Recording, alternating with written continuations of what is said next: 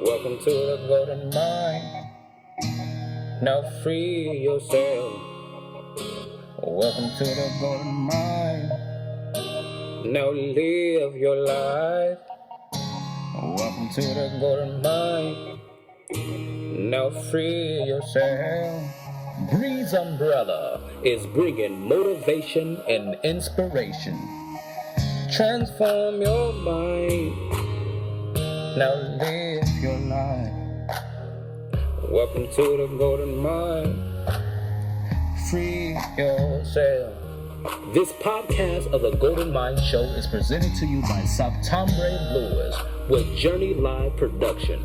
For more information, visit Bresumbrella.com.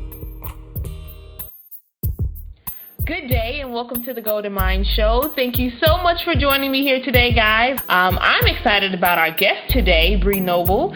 She's an entrepreneur, musician, and speaker. She founded Women of Substance radio and podcast to promote quality female artists in all genres. The podcast, a 5-day-per-week show which promotes independent female artists, hit number 1 in new and noteworthy in all 3 categories, and number 4 audio podcast on all of iTunes. Amazing, right? She draws on her extensive experience running her own music business, both as a solo musician and as an industry professional, to train and mentor other female musicians through her Female Musician Academy. On her weekly podcast, Female Entrepreneur Musician, also number 1 in new and noteworthy, she conducts interviews with successful indie female artists and industry pros that are both inspirational and informational.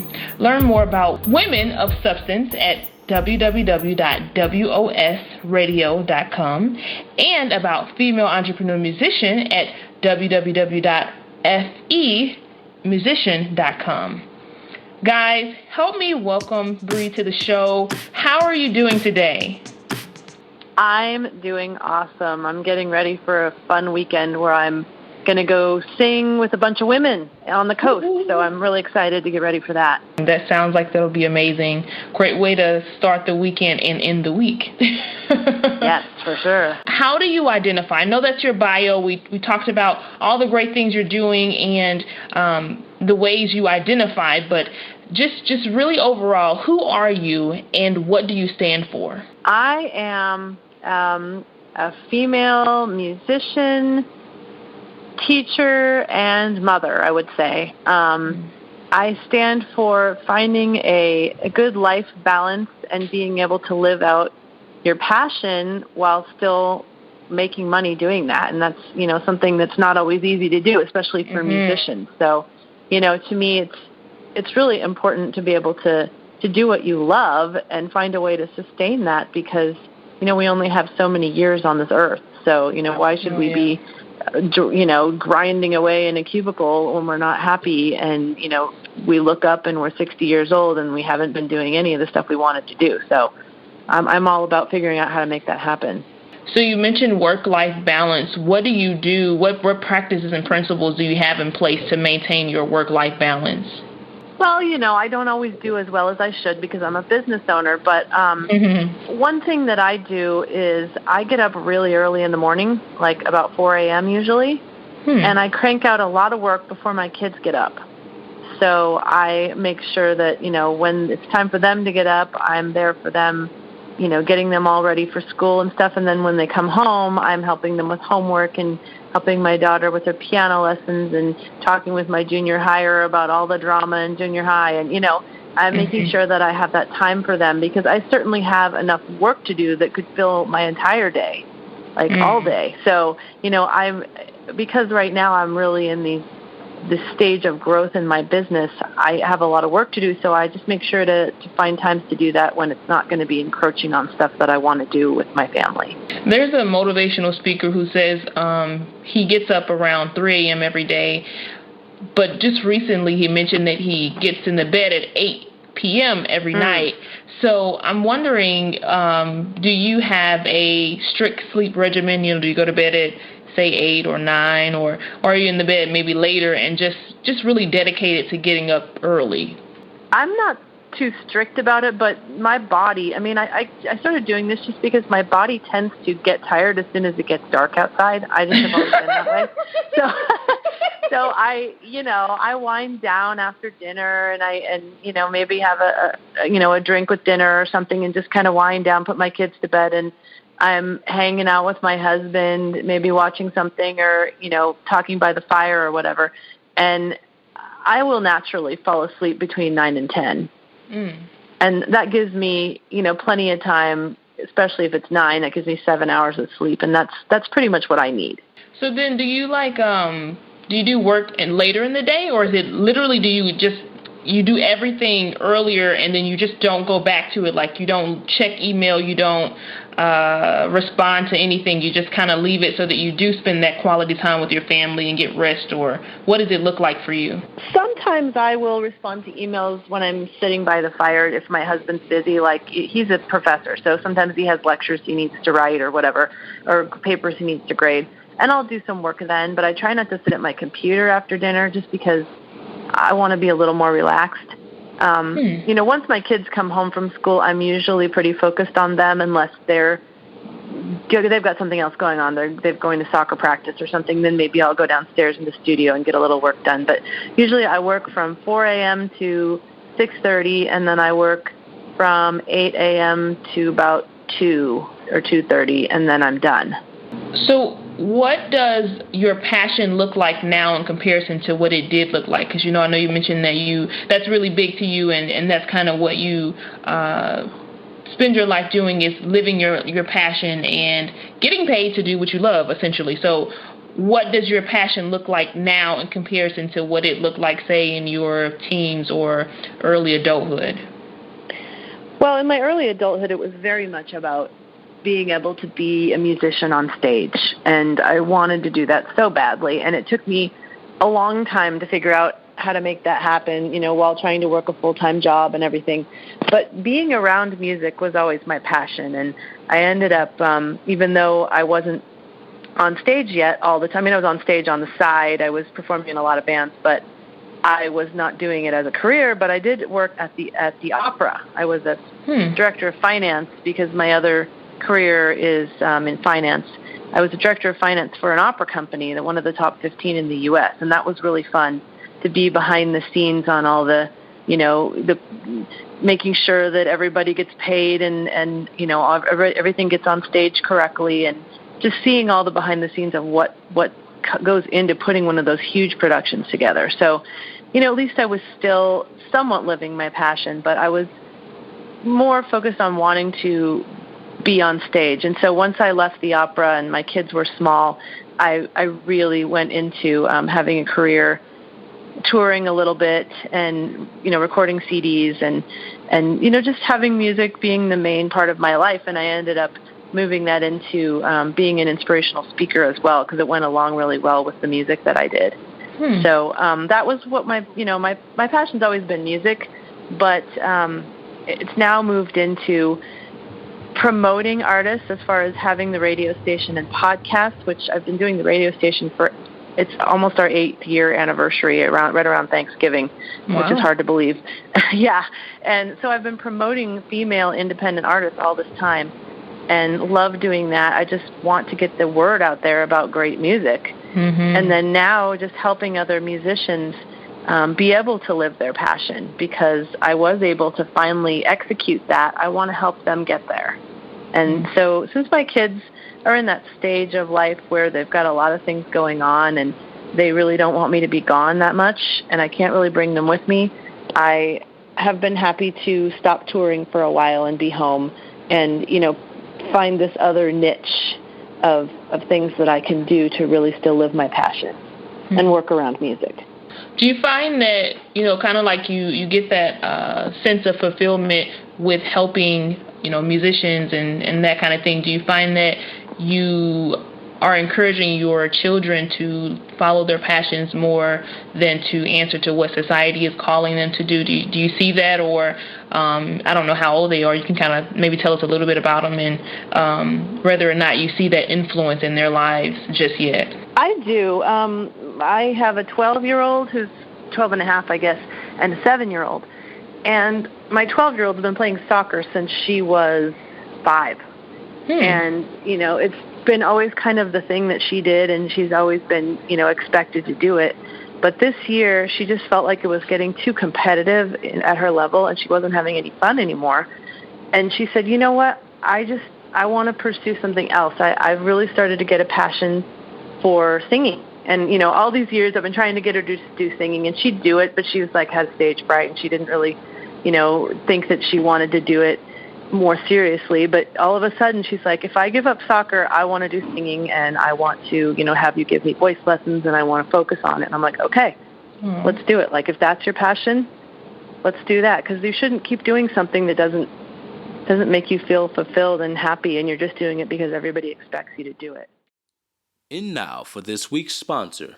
Update Podcast is the perfect weekly podcast for everyone who works in digital marketing. Whether you're an app developer, web designer, or social media marketer. Their host, Mike Scamio, will lead you across the tumultuous landscape of our digital world, talking with an array of industry professionals ranging from developers, designers, animators, and marketers, not to mention a few special guests thrown in for good measure. Each week, they have a different topic and they break it down, analyzing its origins, how and why it came to be before examining its possible futures and applications, and what that means to our society as a whole. As an extra bonus, listen to the bloopers at the end of each show. Tune in now at update.show for the latest podcast release. What was your push? I mean, it sounds like you're very committed to the living the passion life, like some people are so not necessarily anti, this passion life, but they just are afraid or don't know where to start. Like, what was your motivation or push to follow your dreams or your gut per se? I'd say it probably started in high school because I was just completely surrounded by music. I was in every kind of music thing that I could be in. Did solo competitions. I was in a barbershop quartet. I was in a madrigal group and a women's group, and everything I could do. And I loved it so much.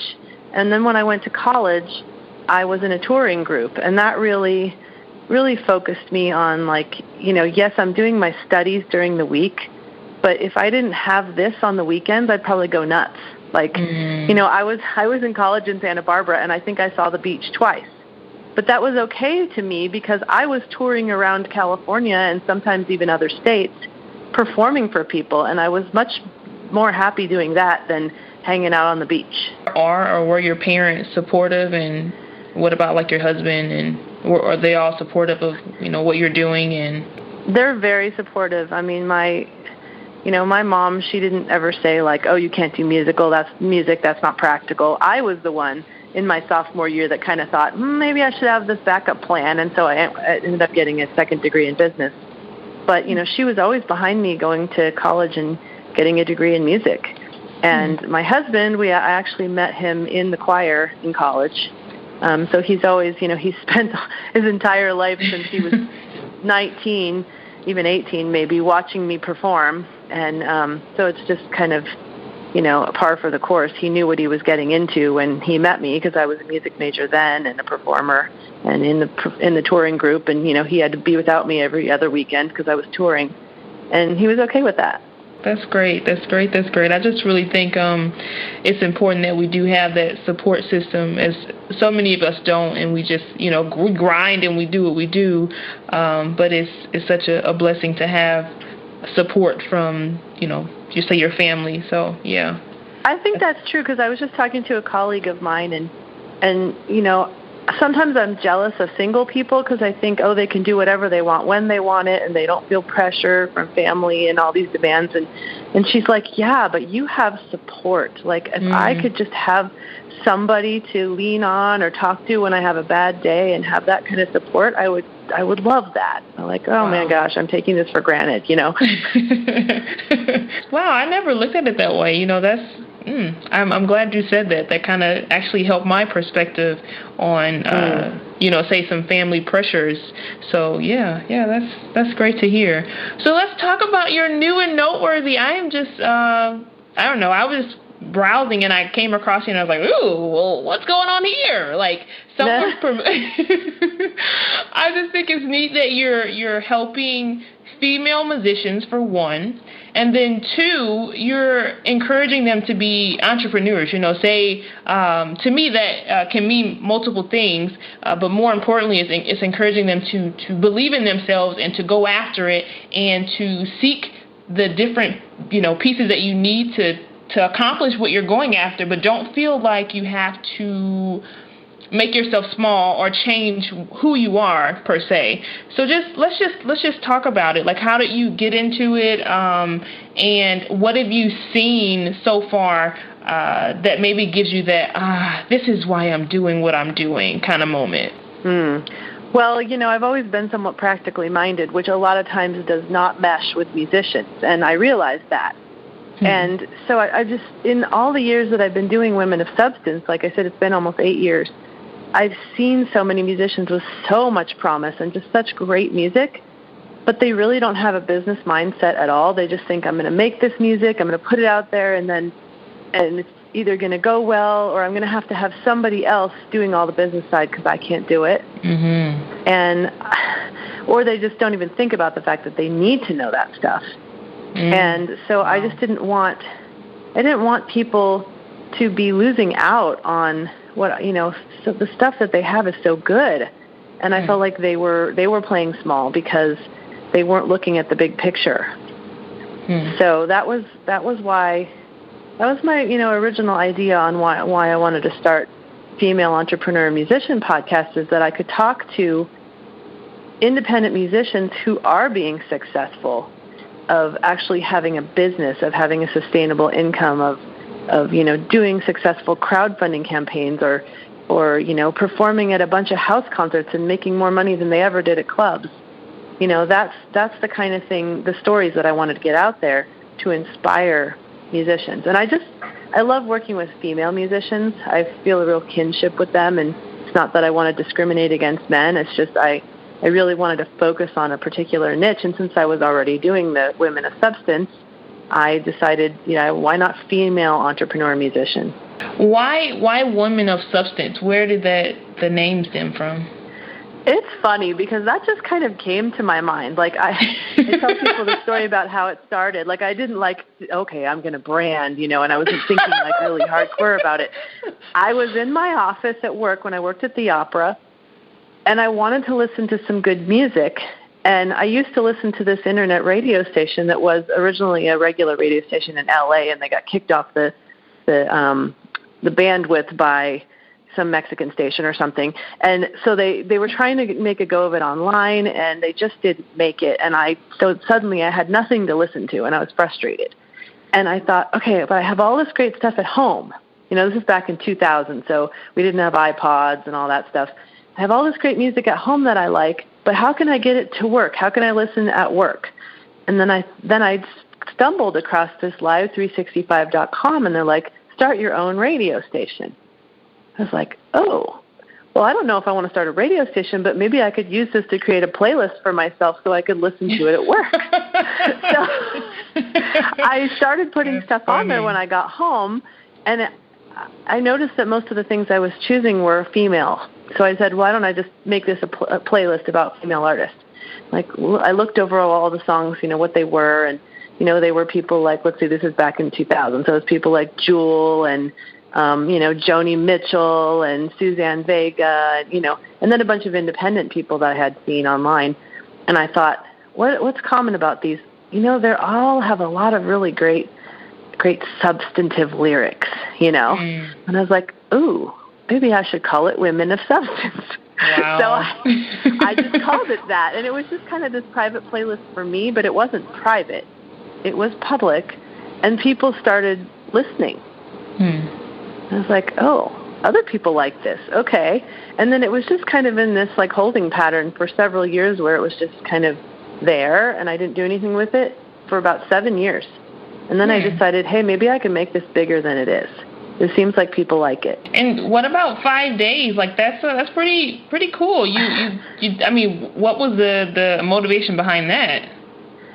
Well, we've gotten to the point where we get so much music from artists that's really good that I want to get out there.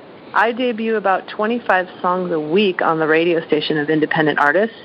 Wow. And I wanted all of that to be able to be on the podcast, but I didn't want it to be so long every day. I just wanted to be kind of like the length of a commute, so they could turn it on in the car, listen to one episode, and then be at work, about 30 minutes. And so I was like, okay, 5 episodes a week, Monday through Friday. That's kind of the commute show in a way.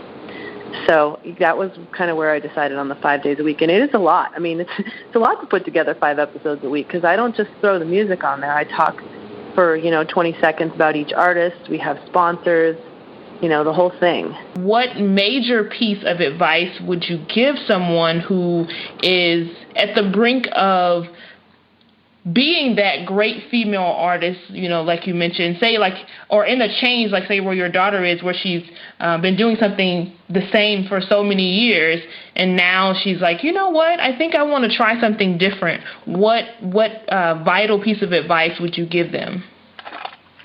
I would say go find other people that are doing what you want to do, that are already doing it. They're at least a little bit ahead of where you are. Maybe not like way far ahead, because they might not have time to help you. But, people that are just a little bit ahead of you. I mean, when I started, I found people that, were touring. They weren't like on some major label, but they were touring. They were DIY. They were doing it themselves. And, I struck up relationships with them, got into groups with them, talked to them, asked them a lot of questions. And that's what I would do. It's going to be the fastest way for you to learn and the best way for you to save time and not make a bunch of mistakes that you didn't need to make, because you could have learned that by talking to someone who's done it already. I like that so much, only because I think when we think of finding a mentor, especially in entrepreneurship, we always think that we have to go and get the grandest person, the person who's done it all, who's perfected their craft and all of that good jazz. But there's something so great about someone who's on their journey and willing to help you as well. So I think that's great. I like how you put that. I think that's really, really important as well. Yeah, I think you're not going to have access to, I'm not going to have access to call up Colby Calais and say, can you mentor me? But I would have access to someone that was a little bit ahead of me. Yeah, I like it so much. And then the final question, I just really, what things do you have going on now? Say, is there anything outside of what you do musically, or is there something really pertinent that's directly related to your music that you want to share with others? And then also, if you'll just share your social media outlets or handle, and then your website so people can find you. Absolutely. Well, the biggest thing I'm doing right now is, once I did the female entrepreneur musician podcast, I saw that there was a lot of interest in people working in like a group coaching atmosphere. And so I started the Female Musician Academy. And it's kind of like what I was talking about, the whole mentorship thing, and not only working with me, but with other artists that are on the same journey you are. We have an artist collective group where everybody is sharing things that are going on with them, asking questions, getting feedback. And we have expert workshops once a month with people from the industry. And today we just had one with Cheryl B. Englehart talking about music licensing, which was really great. We've had ones about, finding fans on Twitter and, how to get good bookings. And so we have, one of those every month. Plus, there's some really cool courses in there about how to do house concerts and just a general marketing course. And, we're always adding stuff. So I'm really enjoying doing this. I'm enjoying working with the women one-on-one in our Jumpstart program. It's a 4-week program where we go through everything in their business side of their music and the marketing and teach them how to do that step by step. And so we are looking, to do a new Jumpstart class in the beginning of 2016. So I would say, if you're interested in that, contact me at Bree, that's Bree, at femusician.com. Come over to femusician.com and listen to some of our podcasts and get some value there and see if that's, the right community for you. As far as contacting me on social media, first, I would suggest to go check out our podcast. You can check them out on iTunes, or you can just go directly to, for the Women of Substance, wospodcast.com, or femusician.com for the Female Entrepreneur Musician. And on social media, I am on Facebook. It is facebook.com/Bree Noble Music or facebook.com/WOS Radio. And on Twitter, I am at WOS Radio and at Bree Noble. Thank you so much, Bree. I sincerely appreciate you taking the time out of your day to chat with us today. I hope that, something that's said here has not only impacted the listeners, but impacted you as well. And if there's anything I can do to help you further your impact on the corner of the world, I would definitely be open to that. But thank you so much for spending time with us today. For more information, please visit www.bresumbrella.com. Thank you for tuning in to the Golden Mind Show.